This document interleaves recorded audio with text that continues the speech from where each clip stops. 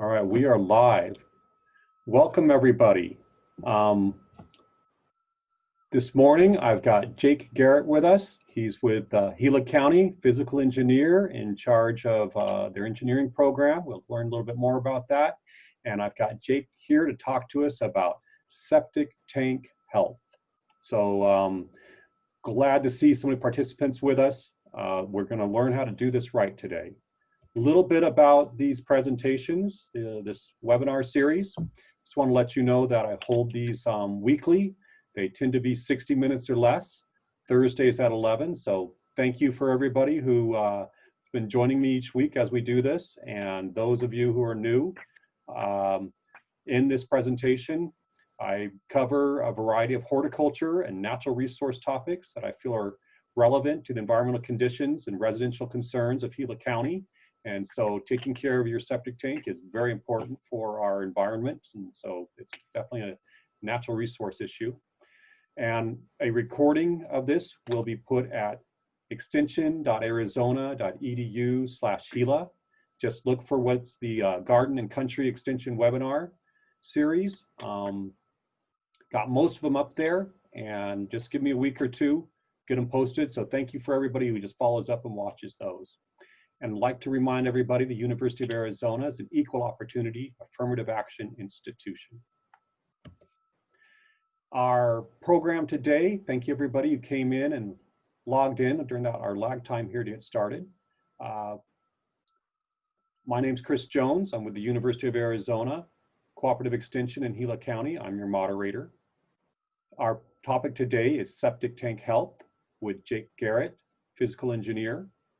When Jake is finished here, we'll might have some brief updates. I'll provide the evaluation link. I already put it in the chat box for everybody. So things like my regular participants are getting good about responding to that. So thank you so much.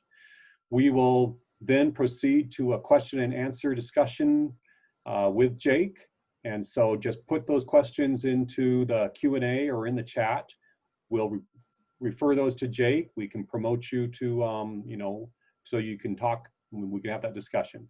And we seek to wrap up by noon so that we can head off to lunch.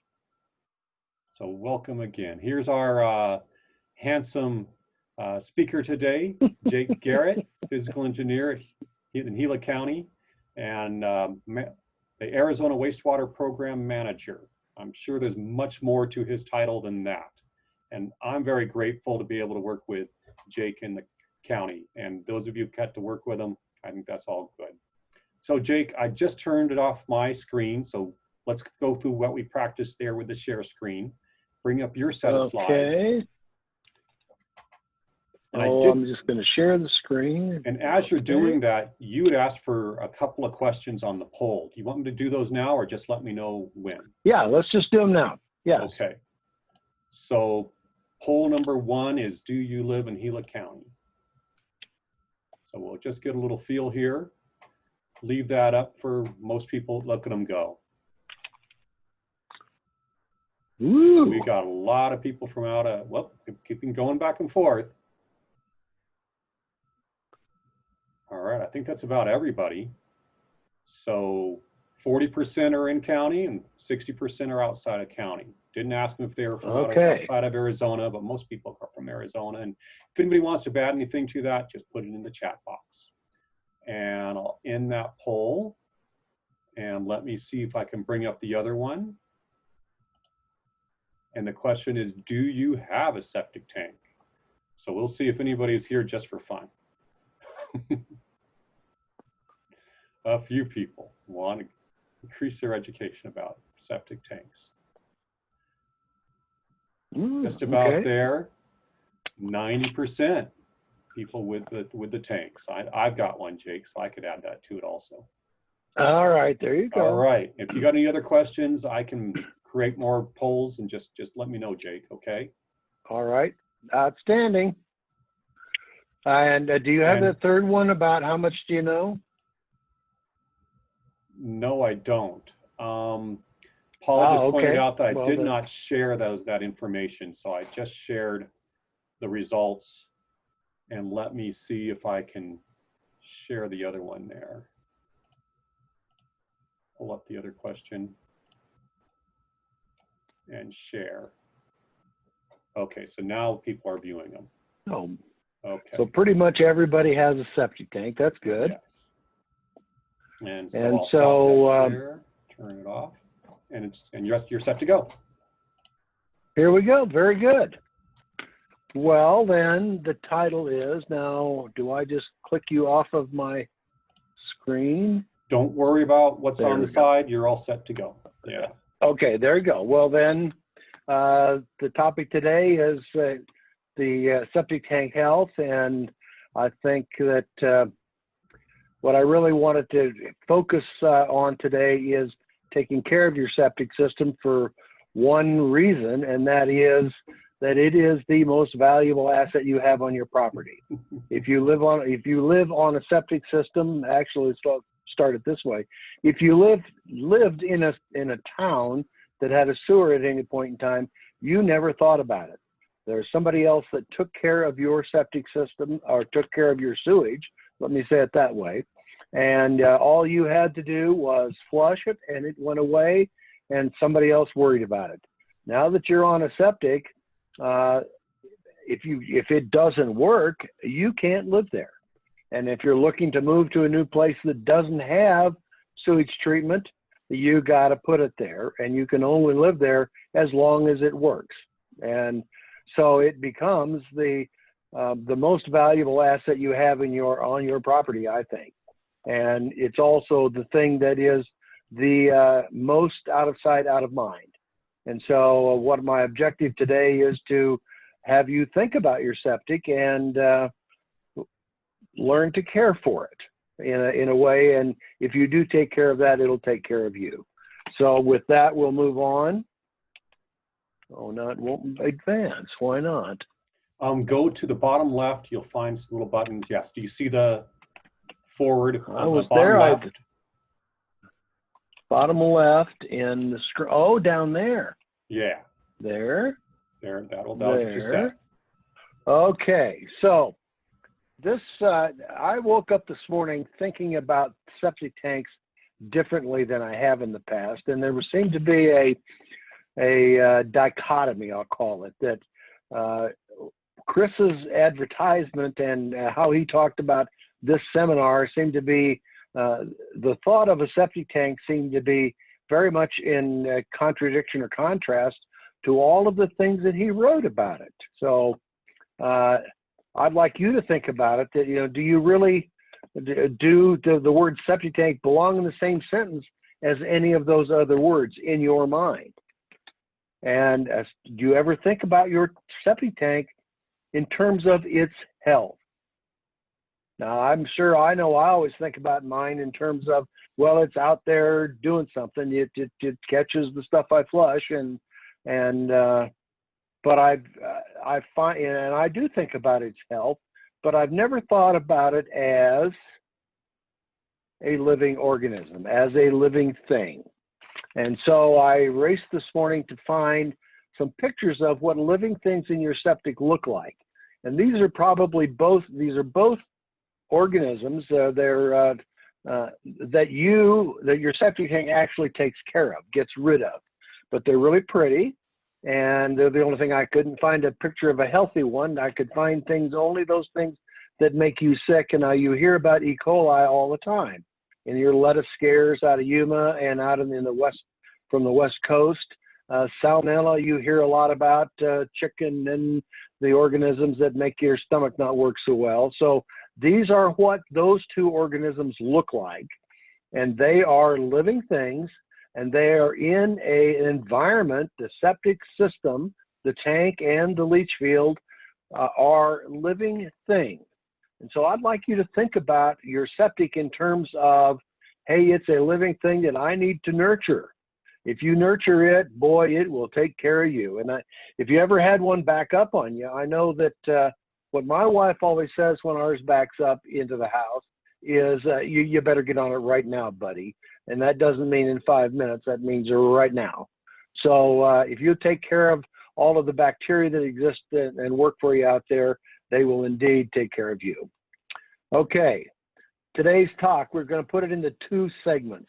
One is to give you a little history and background and the impact that septics have in Gila County and throughout Arizona, and then the health of a septic system. And what you see on the right there is a septic system. So that's one way that some of them look, but that's a good way to think about it. So the health of that. Okay. So now in Gila County, we're a small county, and we actually, it's quite interesting that we are really a microcosm of all the things that have happened in all the counties in Arizona. And since we grow so little, you can really see all of this history. There's where Gila County is in Arizona. And we are in what they call the transition zone. We're in the area between, can you guys see my pointer if I move it around? Chris, can you see it? Right over here, do you see that? Yes, I can see it moving around. Okay, so the transition zone is this area right through the middle of the state that's between the Colorado Plateau and the valley sediment area. And the way the geology in Gila County was formed many hundreds of millions of years ago, probably, the plateau lifted, and it lifted about 2,000 to 3,000 feet. And what made it, well, the earthquake, obviously that, but at the same time, the tectonic plates were pulling us toward, let's say, Baja California. And so you see all these little ridges that have been created out in Arizona, and this is called the Basin Range area. And what happened when all of that pulled away is the soil just dumped down in the middle and got all mixed up. And so in Gila County especially, if you have a septic or you're buying a lot and you look at, say, mine doesn't have one, but I look down the street and everybody seems to have a septic, yours may not. This lot may not pass for one because the soil is all jumbled up. And so we in Gila County are quite different than the Basin Range areas down in the deep sand areas and Pinal and Pima and Gila and Pima counties and Maricopa County, and even out along the Colorado River, where you have deeper sands and deeper soils. And so you can do things out there that you can't do in the mountains, and certainly we can do things that they can't do up on the Colorado Plateau. So that's just a little background of the history of what's going on here. This is what Gila County looks like, and we've got a town. I live in Payson, northern Gila County. We have Teddy Roosevelt Lake in the middle of the county, so to speak. We have mountain range all through the center, and then we have Globe down in this area down here. Globe, Miami are down in this area. And in terms of population, so you can see we're quite a ways apart. We're near about 90 miles apart, but here's what it looks like. And we're not quite 5,000 square miles in acreage. A good piece of that burned just recently, and maybe still is burning. But in the ownership of that land, we have a huge amount of Forest Service and BLM, nearly 60%. The tribe has nearly 40%. And so there's a tiny little bit left for the rest of us. State of Arizona's got half of that, and the other half is owned by people and corporations. So it's private ground, 2%. And our growth, as I said earlier, we haven't had much. And since 2000 to 2016, we've grown 6% while the state grew 33%, a third. So we're pretty quiet in that respect. Okay, now homes. Then on-site systems. So these are homes that are on septic, not in towns on sewer. And this is as best as I could get. So I was thinking that we got about half our population. We're about 54,000 right now. 27,000 roughly are people living on septics. The other 20,000 live in cities on the sewer. That translates into about 11,000 homes that are on septic. And over here, you can see the growth as it's happened in the years here at the bottom. So as the population has grown, the number of systems have grown from about 7,200 up to about 11,000, which is about, so it's gone 4,000 above 7,000, whatever percentage that would be in growth. And this is what happened in those years. So in 1976, we had about 7,200 homes. Then we added up until 1989. You'll see the significance of these dates in a minute. We added another 1,600 homes. Then from 90 to 2000, we added about 1,900. And then we've come to nearly a screeching halt from 2001 to 5, and then from 6 to 2014, which is when I did this. So that's kind of the population we're looking at. What's happened over the time, and why did those breakpoints? Why were they there? So in 1976, in the state of Arizona, the use of a cesspool was outlawed. And I don't know if any of you know what a cesspool is, but I guess I should just tell you. Normally I'd see hands go up and I'd say, oh yeah, I know, okay, but this doesn't work that way these days. So a cesspool, you probably all have, I'm making big assumptions here. Everybody should know what an outhouse is. Now that's an assumption that I think everybody should know, but young people don't have a clue what that is. That's that little box that sits out in the corner of grandma's house that has the moon in the door. And that was an outhouse. Had a Montgomery Ward's catalog or a Sears catalog to use for toilet paper. And we advanced tremendously back in the late 1800s, early 1900s. We advanced to cesspools, which is that same hole in the ground with running water from the house. So most of these, and in Gila County, I'll just tell you this, in Gila County, I've asked a lot of the old septic installers around and found that around between 1965 and 1970, they actually stopped installing cesspools and started putting in some really rough septic systems. But in 1976, the use of a cesspool is prohibited, are the exact words of the law. And most of those cesspools are still in use.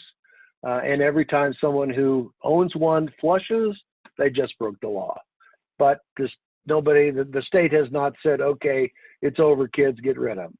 Now, in 1989, from 1976 to 89, there was a kind of an awakening that happened in Gila County, because there had been a guidance document that the state of Arizona had been using since the 60s.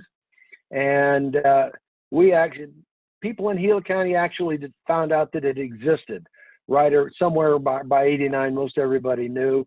And it was brought about by the fact that in 1984, Gila County actually required that you get a permit to build a home. You were supposed to get one before, but we actually had offices, and instead of mailing things to Globe with $15, you actually had to send in $25 and a whole page of paper instead of a half a page of paper. And then around 2001, the state, on January 1st of 2001, the state actually got its first law for septic systems, the rule. Up until that, it was a guidance document. You didn't really have to follow it. But in 2001, we actually had rules that had to be followed. And in 2005, those rules were updated. And for the first time in the state of Arizona, a septic tank actually had to hold water. Now, before that, they were called watertight. And the definition of watertight was it could only leak 1/4 of an inch of the water in an hour. Now, what that amounted to over a day was 150 gallons out of a normal 1,000-gallon septic tank. And so but that was considered watertight. And so most of them that were installed before 2000, I did some studies when I first started with Gila County, and about half of the tanks leaked more than 1/4 of an inch an hour, more than. So they weren't watertight. But in 2005, that came to an end, and every tank that's been installed since then has to hold water. And then around 2014, what got me thinking about this was the state was asking how much leakage is there to the environment. And so I started kind of poking around and looking at it. So that's the change points that took place. Now, the result of those things were this. what I did was, and I could tell you an hour about all this, but I went back and looked at what I thought the treatment at the time was taking out, was getting rid of the bacteria and the nitrogen out of the waste, taking it away, and the rest of it was going to the environment. And so this is annually in Gila County with those 11,000 systems each year between 1981 and 76. We dumped into the environment only, let's go with BOD. That's biologic oxygen demand, and that's what the bugs that get eaten up. And of that, it's almost 1.5 million pounds a year that we in Gila County put into our little 2% of the environment. From 77 to 89, we cut that to only about 250,000 pounds.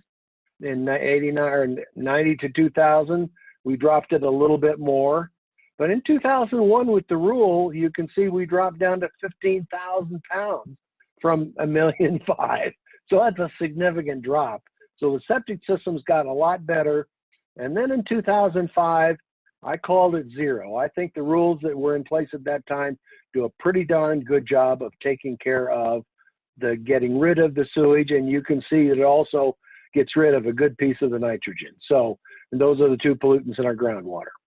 So to look at that in terms of what's happening today, you know, I rolled that. I shouldn't have done that.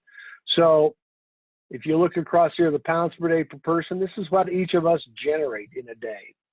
And so a little over 1/4 pound, a little under 1/4 pound of oxygen demand, and but 0.033 pounds of nitrogen. And so this is the raw sewage equivalents in persons per year of how much we contribute to the environment. And this is the percentage of the population of Gila County.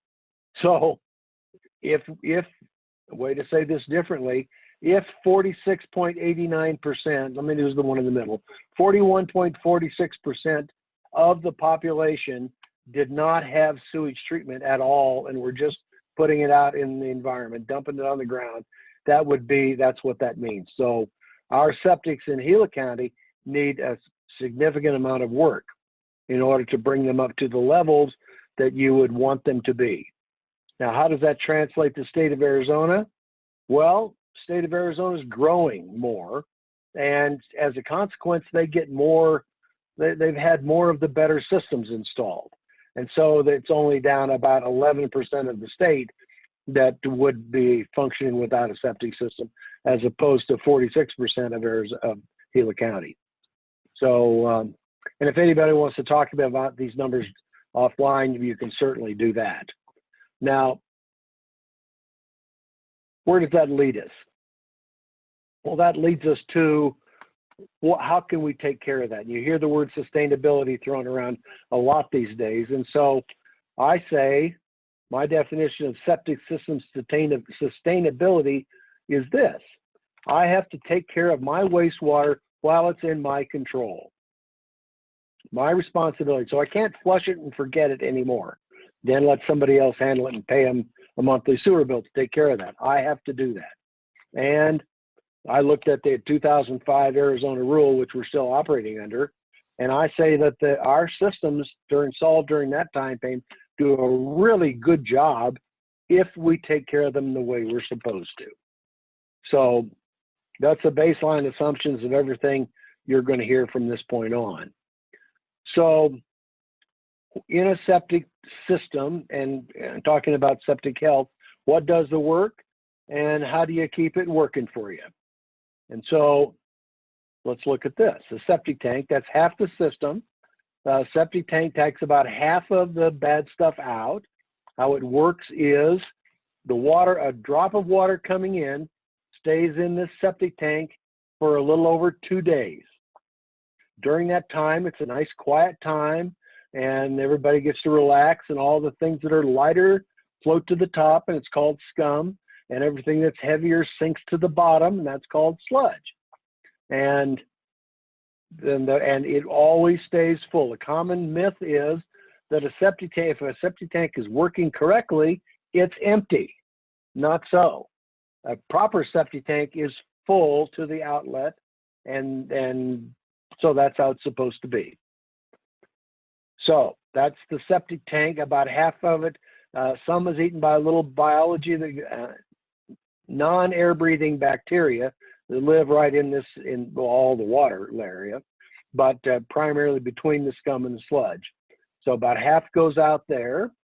Here's how it, and some more of that in the law that's starting in 2005, some more of that is taken out by effluent filters, which go right around the outlet of the tank. And so that keeps anything usually around 1/8 of an inch that's in suspension, holds everything else bigger than that back. Then what you should have with every septic tank, and is a requirement these days, is you have a riser to at least within 6 inches of grade. My recommendation that would be that you actually bring risers to grade. And if you've never actually dug up your septic tank by yourself, do that one time. And after that, you're going to say, boy, I remember why Jake told me to put risers on to grade. Because all you got to do is unscrew 3 or 4 screws, and you can get in and you can see what's happening in your septic tank. And more importantly, it's going to need to be pumped on a periodic basis, and you don't have to pay a septic pumper to dig it up and then recover it up and dig it up again the next time. You can simply get in through the top. You can access all and clean the tank completely, which is required. And you'll see over here on the side, if you have an older system, I would recommend the next time you have it pumped to retrofit it with risers and an effluent filter, because those were there. And what saves you money is you only gotta dig it up once after this. And if you're doing it manually, the once was plenty. Okay, so now we're moving on. The other half of the system, you have a septic tank that catches the sewage out of the house, and about half the sewage stays in the tank or is digested. The other half goes out to the leach field. And I guess I don't know what people actually think. They think the leach rock has something to do with how how things are taken care of out in the leach field. What the leach rock does is keep the dirt from collapsing in. And the leach rock that lets the water spread down into the soil beside the leach rock and be absorbed into it, as well as absorbed into the bottom. And the digestion of the bad stuff takes place in the soil that surrounds the trench on both sides and the soil that's below the trench.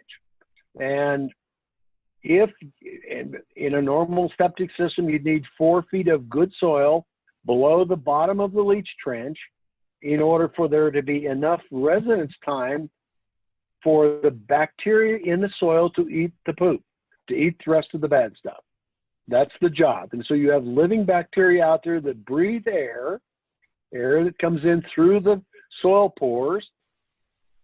And now that's important, because if you want to pour your patio over the top, guess what doesn't come through the patio? Oxygen. And what doesn't escape would be gases, but oxygen is the important thing. And so if these bacteria that live down in the ground and around that are going to function, air has to get in there because they're air breathing. They're very voracious eaters. So if you give them their oxygen, they're going to do the job for you. And once they've done their job, you could have any one of these things down underneath it. So you could have fractures in the granite parts of Gila County. Those fractures run straight down to your well. You may have fractured rock in some fashion, and all of that works its way down to the wells also. If you have a rock shelf, the water moves to the side and either finds a fracture or it moves out and finds a stream where you have rocks around the side and then water, and it emerges in there. So it's important that you have the amount and depth of good soil underneath to complete the treatment process. Hey, okay. Jake. Now, Jake, this is Chris. Can you hear me? Yeah. Early on, Izzy gave us a question. Am I running over time? No, you're doing fine. I have a question. Oh, And so Izzy Brood asked earlier, sure. and this just seems like the very appropriate time for the question. How deep below ground Good. is top of septic tank required to be? Required. Okay, required is an interesting question.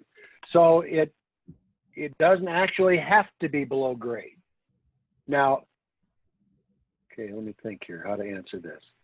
So how they end up someplace is you got to have gravity flowing from the house. And so what you have to have is the top of the tank or the top of the risers within 6 inches of grade. So that's what the state law says. Now, what you want is for the risers to be above grade so that you can just take the lid off and get in to pump all of the sludge and the scum out. And if you get more than, most of the tanks are rated to have 2 feet of cover. And if you get more than 2 feet, then the lid of the tank will have to be reinforced in some fashion to carry the load of the dirt. Well, you see me go up and down? So it's the load of the dirt. Whoever asked that question, type Chris back and tell him that answer the question or not. Izzy, please just put that in Chris, the chat you can box. tell me. No, would you? Put it in the chat box. Yeah, put that in the chat box and we'll let yeah. you, and just let us know. Thank you, Jake. You can... Okay, now you can be my guest here. You can be the moderator on behalf of the people asking questions. Do you think that covers the question, Chris? I think it helped out. You just said doesn't have to be. Okay. But you could put it too deep. Doesn't have to be, but you can put it too deep because it would have too much load or too much weight on it. And that's correct. And you can have it above grade. If you need to have it above grade, you would want to cover it over with some dirt to protect the top of the tank, and you would still want the risers to grade.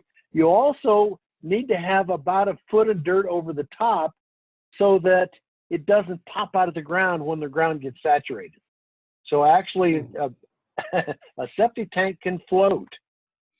And it will, if you got in this tank as I have it shown here, if the water in the ground rose up to above the top of that tank, up toward the risers, that tank would start to lift if it didn't have about a foot of dirt over the top. So you want to, anti-flotation is what all the designers would say, but they'll just come right out of the ground. And if you want to check it out from the college, if you went to college and you had an engineering school, check with their civil engineers and see if they enter the annual national concrete canoe contest. And it's literally the American Association of Civil Engineers has a contest every year for the college that can win the race in their concrete canoe. So they float, comes out of the ground just like a submarine comes through the ice in the Arctic. Okay. Let's get you back on track here, Jake. Keep moving along. Moving on, we have, septic tank. I should have put this slide first. If we're going to have a septic tank, you have all those things, we all had good soil. If you're going to take care of it, you need to pump it regularly. And you pump it when the amount of scum and sludge adds up to 1/4 of the total space between the scum line and the bottom of the tank. So it's usually that's about a foot. So when you have about a foot in scum and sludge, you need to actually have it pumped, and some of that will come through the center of the tank. So you need to actually have access on both the inlet and the outlet of the tank to pump those things. You'd have to have access on the outlet so that you can pull about once a year. You're going to need to wash off that filter because its job is to clog up, keep the big stuff from going out into the leach field and clogging up the pores in the leach field. That's why it's there. And if you don't have that filter, it will do that over time. Okay, so how often do I pump? You look at the chart. If you've got a 1,000-gallon tank and you have 4 people in your home, my golly, you should pump that tank every 2.6 years. So I put that on my calendar, literally. Now I have 2 people in my home, and I have a 1,000-gallon tank, and I have to pump mine almost every 6 years. So that's the difference. So you should pump it, and the reason you pump it is that when you can imagine it, and I like my drawing better. So if you'll notice, see, as this difference between the scum and the sludge, if you get a bigger accumulation of scum and sludge, the clear area between gets smaller and smaller. And when that happens, the water, each drop of water moves through faster, so it doesn't have time to settle correctly. And that's what makes the septic tank work, is proper settling. If you have a leaky tank, then the scum levels down lever. You don't ever get that. This never gets to be quiet in there. It's always churned up, and so you have scum and sludge both moving out into the leach field. So it's really important that you pump your tank. And in our owner's manuals, it has this chart, so you can know exactly what you need to do. Can't emphasize that enough. Now, what happens if it doesn't work? There are 3 kinds of failure. I've shown 2 of them here. There you go. The one, did you have something, Chris? The slides are just a little delayed, but we're seeing it. We're good. Oh, we now see it? Okay, slides are Yes. delayed. All right, so then do we need to turn my beautiful face off No, so we're they working come fine. faster? No. Okay. Keep going. So I actually called this a dog's bathing area because the dog was. And what that is a septic that has backed up. It's clear full of sludge, more than likely. Certainly the leach field is full of sludge, and it's coming to the surface. That's one way. Now, if the dirt had stayed there, and what do you think would have happened? Well, it would have backed up into the home, and my honey would have said, get that taken care of right away, bozo. So that's the 3rd kind of failure, is it backs up into your home. But this, many times, if it doesn't back up in the home, it's going to come to the surface, or it'll go out to your favorite swimming area. So it can not get absorbed into the soil. The bad stuff taken out, it can move right to the stream, or right to the water table, right to your well. So, and one kind, when it comes to the surface, you know it's broken. If it comes into your house, you know it's broken. If it goes out to the water table or out to the creek, you have no idea. And so please take care of your systems. Now, common questions. So should I use those additives? You all see the ads for Ridex, where they have a picture just like the one on the left. They have that picture of the pond, and they say if you use Ridex, that won't ever happen. Well, what do you think Ridex? I don't know that Ridex does this, but I know plenty of things, including fabric softener. Including fabric softener, their job is to keep the things that should settle and float up, to keep them in suspension so they move on through. So your tank doesn't get plugged up. Guess what does get plugged up? Your leach field. And that's where you get your cost. So I've asked the question at every conference. I go to conference every year about on-site wastewater, and every year me or somebody else asks about the additives. Everybody who says they have an additive, I actually will talk to them about it, what happens. The general consensus is that additives do not do any good. They make you feel better. And if you want to spend the money on and make you feel better, that's excellent. I think you'd be better to take your monthly contract for the additive that gets delivered to you, put that money in the bank and get your tank pumped more often. That will do good. The only thing a tank needs to be healthy is for us to use it. So, do I need to say more on that? Our guts deliver all of the bacteria that a tank needs to be healthy. Well, Jake, I think that's a good question for people because some people may have a second home or they may travel and it's not getting used regularly. What type of impact could that have? Well, with a septic tank, it won't. With this normal septic system, it's not going to have much impact. You know, the bugs that the non-air breathing bugs that stay in the tank will ultimately digest that big massive sludge at the bottom. So they're not even, and if they complete that digestion process and we come and use and put some new stuff in, those bacteria are alive and well from our gut. And that, as long as it separates correctly and as long as it separates correctly, the bacteria, the non-air breathing bacteria are there to do their job. When you get out into the soil and you have a regular conventional septic system, the aerobic bacteria, the air breathing bacteria already are there. So if you're a part-time user and you have, and you come back, hot diggity dog, it's going to work just fine.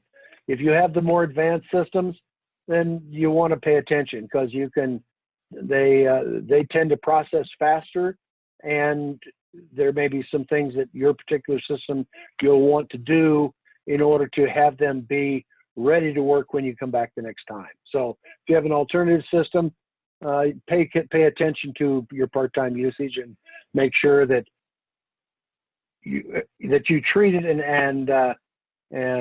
that you treat it the way that your manufacturer says you should treat it. We'll say it that way. Does that do it, Chris? Yeah, go ahead. Thank you. Okay, and then I think it's good for you. I would recommend you do every year is for you to go out and take the risers off, or the lid off the riser. First, you should know where the tank is. You should know where the septic system is. If you don't know those things, you ought to hire somebody to find where they are and mark them, because you don't want to be driving over them. Because why? Well, because that compacts the soil and the oxygen can't flow through it. So you want to just be careful and protected. It is the most valuable thing you have on the property. And when you've succeeded in killing it, it's going to cost you a lot of money to put a new one in. So just save the money. And then you can check all of these things. And if you really want, I put them all here so you can see there are some things you could do. But you can look to see if there's green areas. If there's green areas, then the system's starting to back up. You might want to pump your tank. You might want to, start to pay attention. Talk to the pros at that point in time. Okay, I think that's enough out of that. So, what do you not flush? The other way to protect your system is to treat it with respect. It's a living organism. And so, when you're in a city, all of these things go down the drain all the time. And if you're having to pay the bill, don't do these things. Don't flush your coffee grounds. They don't digest. Don't, certainly your dental floss, your disposable diapers, all of your wipes that say flushable are probably not. They just guck up things. You certainly don't want to put motor oil or your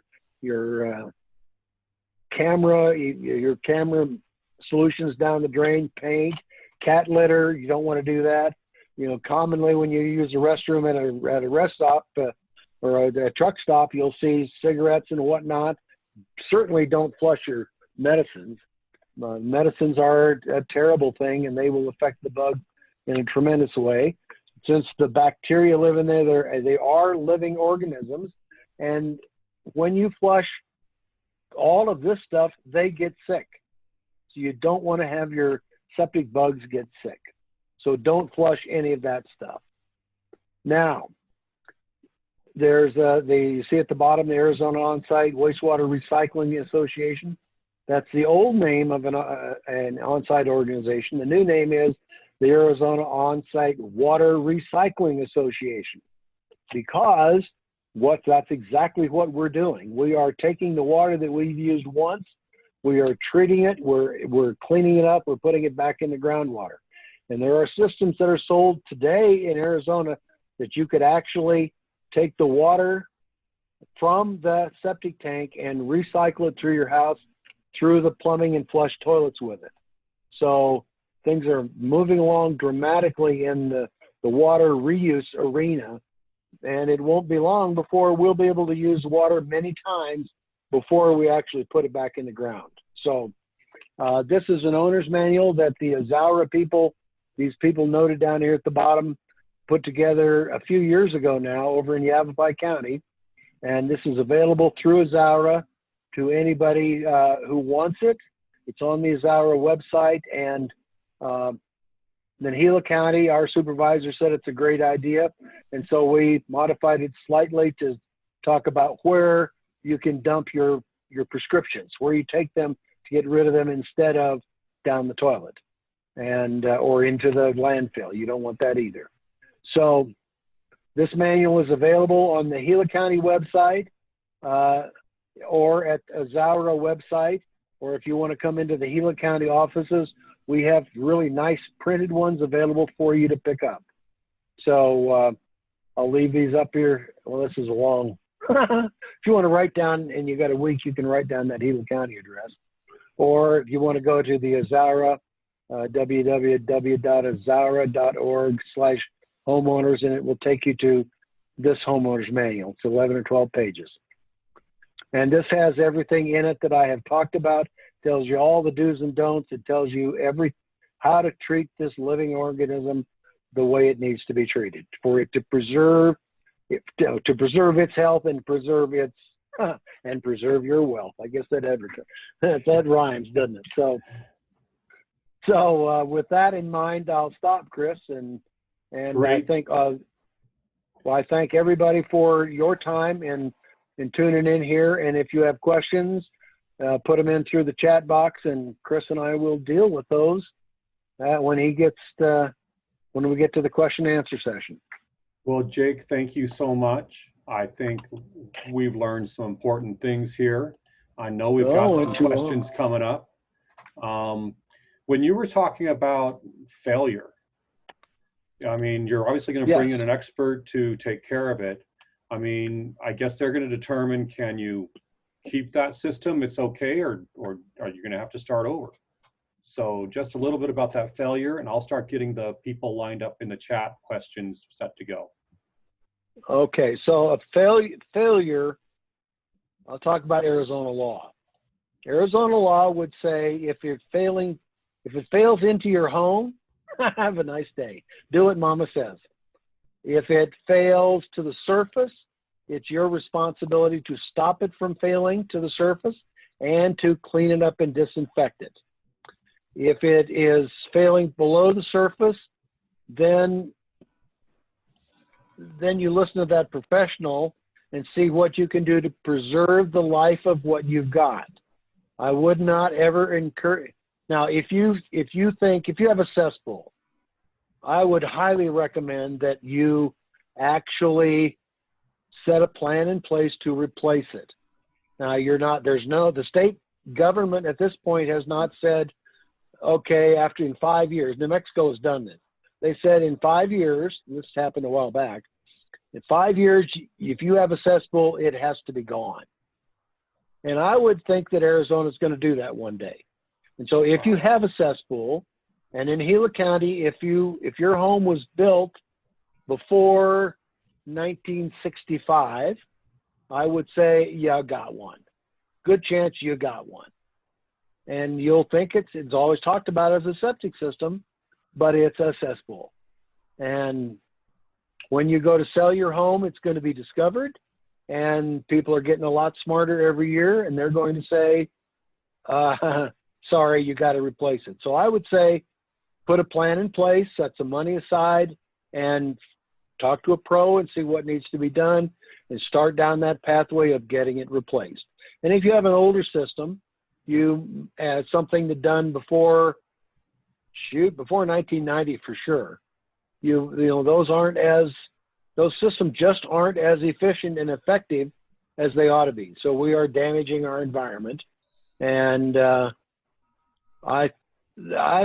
a lot of talk now in the industry about maybe we ought to do something about those. And I'm saying, hey, if you're going to do something about those, then you better have some good low interest grant money available. And so I'm hoping that as a society, we do this smartly. Does that answer, Chris? Yes, thank you. We've got several questions coming up. I think we're going to have more than 10 minutes worth of questions here. So I'm going to go ahead and move through them. So if you've asked them, please stay online. I think Jake's going to stay with us till we work through them all. Sure. But if you need to take off, please go ahead, and this will get posted online and you can catch the last end of this presentation. So thank you, everybody. I've got Dr. Tetzloff up. If we can hear you speak, you can ask those questions in the chat box and Jake will answer. Go ahead, Chris. You want me to talk? Yeah, sure. Oh, here. Ask your question. My risers for my septic are just white PVC pipe with a lid. They don't look like the pictures that you had. Should they? Is there a reason to update that? Yes. What happens with those 4-inch pipes is they were installed years ago by by a septic pumper who was tired of digging up your septic tank. So they put that 4-inch pipe in so they could pop the top off, stick their hose down there, and suck out what they could suck out.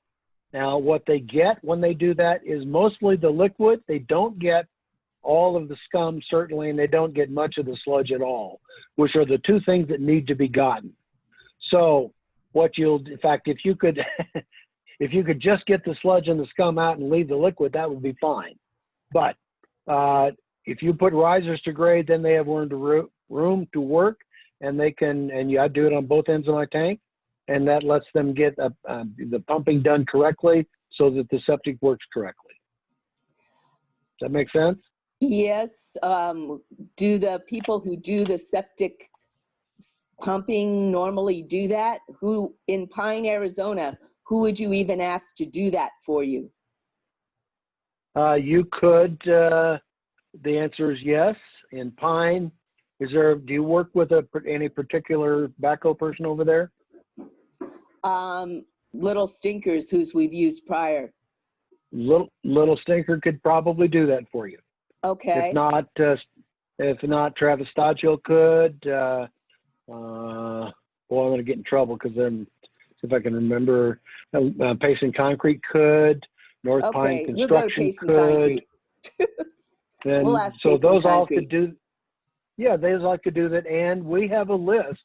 If you go on our website, the Gila County website, go to community development and then to wastewater, we have a contractors list that has everybody in the county who does all the different kinds of septic work. So you could just go on the website, look for the contractors list, and that would give you everybody in the whole county. All right, Chris, that's helpful to know. The related question that goes with that is, I'm on a property where I think my internet just went away. Okay, I'm on a property that I bought in 1994, and the septic system was put in with a mobile in the 1970s. We site built a home that, well, between the two houses is about 2,500 square feet. What are the chances that I'm going to have to dig this whole thing up or put in an anaerobic system if we eventually sell? I think you're gone. No, I'm here. I'm thinking. The answer is it may be in your records on your system. You have an older septic, that's for sure. And the chances, if it's working fine at the time you go to sell, and the report comes back, the people who do the transfer inspection reports say it's working fine, then nothing, you'll have to do nothing. If it's but if there's so many in betweens, like if you wanted to give me a call, we could talk this through in depth. Okay, yeah, because not many people around this area pass a perk test because it's clay up here, but our system's been working fine for quite a while. Okay, well, why don't you give me a call? We'll talk about this. Okay, I will do that. All right, we'll move on to Joe here. And either, yeah, Joe, if you're ready to ask that question, go ahead. So since us are staying and working at home due to COVID and may have to until next year, does the pumping frequency change for the pumping calendar? The times are set for full-time residents. So in that chart, you would use that chart. You can easily tell if you want to have, if you wanted to, this is a do-it-your-home kind of thing. If you wanted to dig up the inlet end of your tank and take the lid off and put a sock on the end of a 1x2, let's say about a 8-foot long, 6-foot long 1x2, and stick that in down into the tank, go through determine how deep the scum is, the light stuff on the top. Now you can kind of pull it up, you can see when you go through, and then you'll stick that sock down into the bottom, and that should leave a mark as to how deep the sludge is at the bottom. And if that is more than 1 foot between the two of them, between the scum and the sludge, then it's time to pump.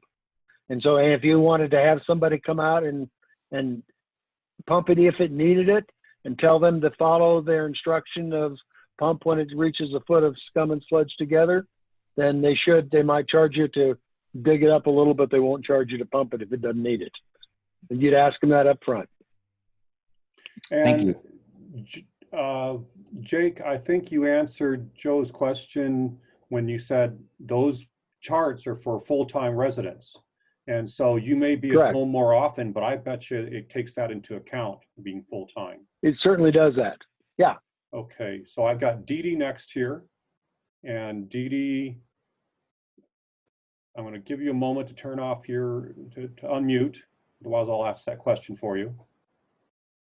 She says, we live in Tucson in desert setting, and we're told not to allow plant growth over the tank or leach field. We actually love the plant covers starting to grow in, creosote primarily. Do we need to remove those? Now, I don't know creosote plants that well. What will happen with, you got water. You have water in your tank and water in your leach line. You have holes in the leach lines. All desert plants will seek water, and they will clog up your pipe, your leach pipes, which will cause it to back up into the tank. You can get hair roots going through literally between the pipe entry into the tank and between the lid and the top of a tank. So they can get nice and fat inside that tank. I've seen root balls everywhere. And so if you could find, now you may know creosote, Chris. Are they dig deep for water? I believe they've got a taproot they can go down for water. Then I would think that you want to get the creosote off of it. But what I would do if I lived in Tucson is I would probably go, I'd give somebody over at the U of A a call and ask them about the root structure on the plants, and you make sure that you don't have things that are deep rooted. And, so if you wanted to put grass over the top, not a big deal. Grass would be fine. But, I would not put trees and plants. I've seen a little skinny tree. I dug up one time where the little skinny tree had a root that was bigger than the root of the tree that clogged up a 4-inch leach pipe. So, okay, so it was a big run. Go ahead. The next question on here, actually, I'm just going to skip one and come back to the other one because it just fits perfectly. Can you plant over a leach field? If so, what? So you were just about to answer that, or we're referring to that. Well, you can plant it. What I would plant are not a garden. You don't want to plant something that you have to water, because you're going to be introducing water on top of a leach field, and that's going to have a saturated condition, and that may cause air not to flow as well. And so you want to make sure you preserve your airflow and you don't add water. Now, beyond that, grass would be fine. Okay. And since we have such a varied area here, what you might do is get a hold of somebody who's in the business, in the on-site wastewater business. You can check the Azaura website, see if there's somebody in your area, and then ask a pro. What do you know about this area? Because I can tell you a lot about northern Gila County and some about southern, but I don't know much about Tucson. Okay. Another question that John gave is, what causes periodic odor outside of the tank, particularly during cold weather at night? Cold weather, an odor outside the tank, you want to make sure that your tank is vented correctly through the roof of your home. So the way a septic system works is the gases that are generated by the bacteria out around the leached rock in the leach lines, the gases travel back through the pipe, through the septic tank, and up and out the roof vent of the plumbing on your home. So if that vent is working correctly, then all the gases that are generated in the leach field and in the tank will be vented through the roof of the home. And if you have a temperature inversion, those gases will not rise. They'll sink down around the ground, and that could easily be a problem. And if you have if your venting is not as sound as it could be, then you'll find that you'll get odors that way also. I would wonder if it's time to get it pumped, that you're starting to smell those odors. So, well, if it's you're probably venting, might not air not breathing back through the tank enough would be, getting pumped would be a time. But then you want to watch the weather too, because if it's cold, would say that the gases are being held down to the ground. The temperature inversion is holding the air down. mm-hmm. Okay. Sharon Thomas in the Q&A, I think she's an Irma Bombeck fan. She says, the grass is not greener over my septic tank. Should I be concerned? No, you should be happy. I think that was one of her, if you remember Irma Bombeck, yeah. Why is the grass always greener over the septic tank? Yeah, that's right. That's because it's not working correctly. Yeah. If it starts to get green, you start to get worried. Very good. Okay, next question here from Bob. How much Purex can you put in a septic tank? And Purex is what you wash your hands with, right? Isn't it? Purex? Well, a septic tank will hold 1,000 gallons of anything. It's probably not healthy for your tank, though, right? I would think this. Healthy. I see. Yes. What you normally would do. You don't be excessive. It'll be. I think, given as much hand washing as we're doing, we're probably still okay. I think you'd be okay. If that's the concern about COVID hand washing, keep washing your hands. Okay. The next question from Norway. What are some of the alternate systems approved for use in Arizona? Are there alternate systems for your wastewater? Yes, there are. And there's two ways to find out about them. If you'll go to the azdeq.gov and go to the water quality and then the engineering review section, then click on proprietary products, and it will give you all of the products, the advanced treatment systems that are able to be installed in Arizona. That'd be the easy way, or you can call someone in your area. Is literally from Norway? Is that the question? That's just the name. No. It just says Norway. Oh, okay. Well then, and then if you go to one of the septic professionals in your area, Azaura would be another good place to go to find the azaura.org to find professionals in your area who could talk with you in depth about this. All right. Next question from Robin. How does gray water from washing machines affect the septic system? Septic systems are designed to take all the water produced in a home. Now, if you have an older home, one of those old septic systems, and you notice, and people are telling you take the water out, you're taking the water out because the septic is too small, essentially. and you're trying to reduce the water load in the septic by taking the gray water out. And so it's fine for it to be in there. I'll tell you, in my home, I have an older home, and I have taken my gray water out.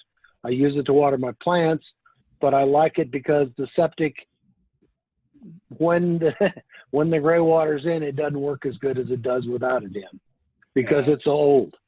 It's mid-'80s. So And that answer so, that? Yeah, and I think it should also answer Ram's question here. He goes, what about gray water from the sink, which isn't necessarily the same type of gray water? Same answer. The same answer. Same answer. Not the kitchen sink, but all hand sinks. That would be the answer. Kitchen sink is black water. It's the same as your toilet. Okay. Izzy asks, what does Riddix do to a septic tank, and what is Riddix made of? The answer is I don't know. Call Riddix. And you want to find out, how does it work? What does it do in the tank?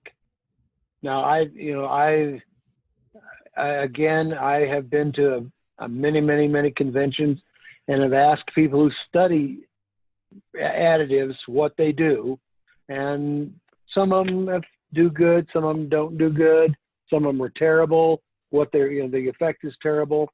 You have to remember that, as with anything you buy, somebody's selling it. And so you want to ask good questions, and you want to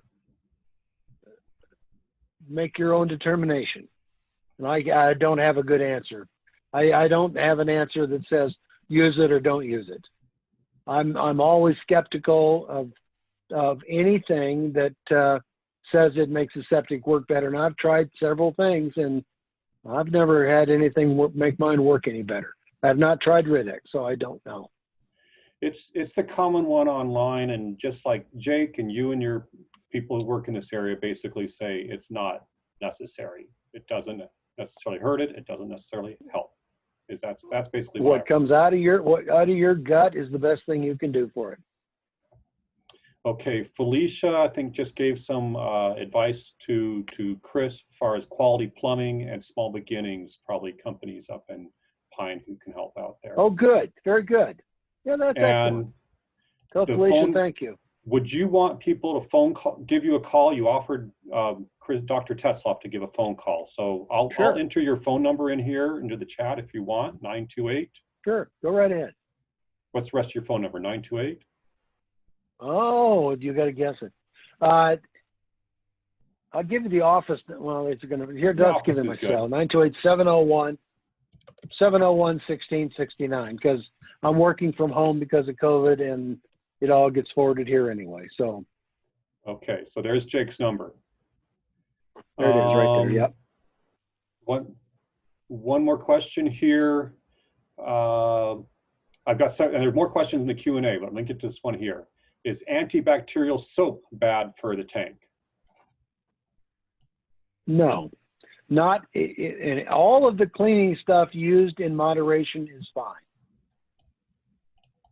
I use antibacterial soap in my home.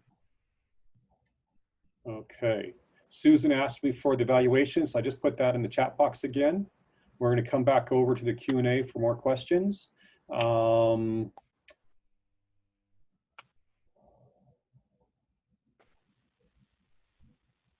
You've already answered that one there. Okay, after a very heavy rain, Janice asks, we started getting the smell of the sewer gases. I mean, we answered it. I think we addressed this question once already, but I'll just ask it give it one more time. After a very heavy rain, we started getting the smell of sewer gases, which only dissipate when it warms up. We've checked the drains, the stack pipes, and we've checked in the servicing company that pumped the tank and inspected it for our purchase in late April. What else can we or should we check? There is no sign of anything backing up or leaching out. I think that, to me, that what that is an indication that I would think venting would be my question and the answer. I know that I get a lot of calls when the heavy rains come. And what in my mind, my vision is that the ground gets saturated and it pushes any gases that might be in the soil to the surface. So when the water gets, when all the pores get full of water, the gas has to go someplace and it goes up. I think that's what's happening. And so, well, that's what I think's happening. And so venting would be, if I were going to do something, would be venting. I think that's an indication that you got an older system, and or it's not, well, an older system could also be that it's smaller than it might ought to be. So. All right. I think we just covered our questions. The last one is, what about Clorox from your washing machine? I think you've answered that. As long as it's in the normal amount, it's not going to be an issue. Right. So right. It's meant to handle that. And I believe that's it. Thank you very much for all the questions, everybody. I've left you Jake's phone number there if you got some questions. I'm just going to run my last slides to close this out.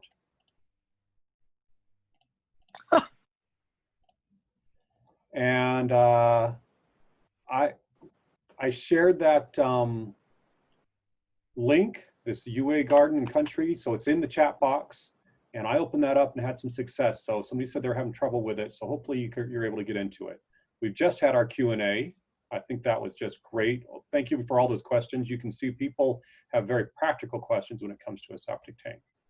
And want to let people know that next week, Thursday, September 10th at 11 a.m., we have Kim Stone, who's retired horticulturalist, arborist from Boyce Thompson Arboretum, and an avid organic vegetable gardener, is going to talk about growing a winter vegetable garden.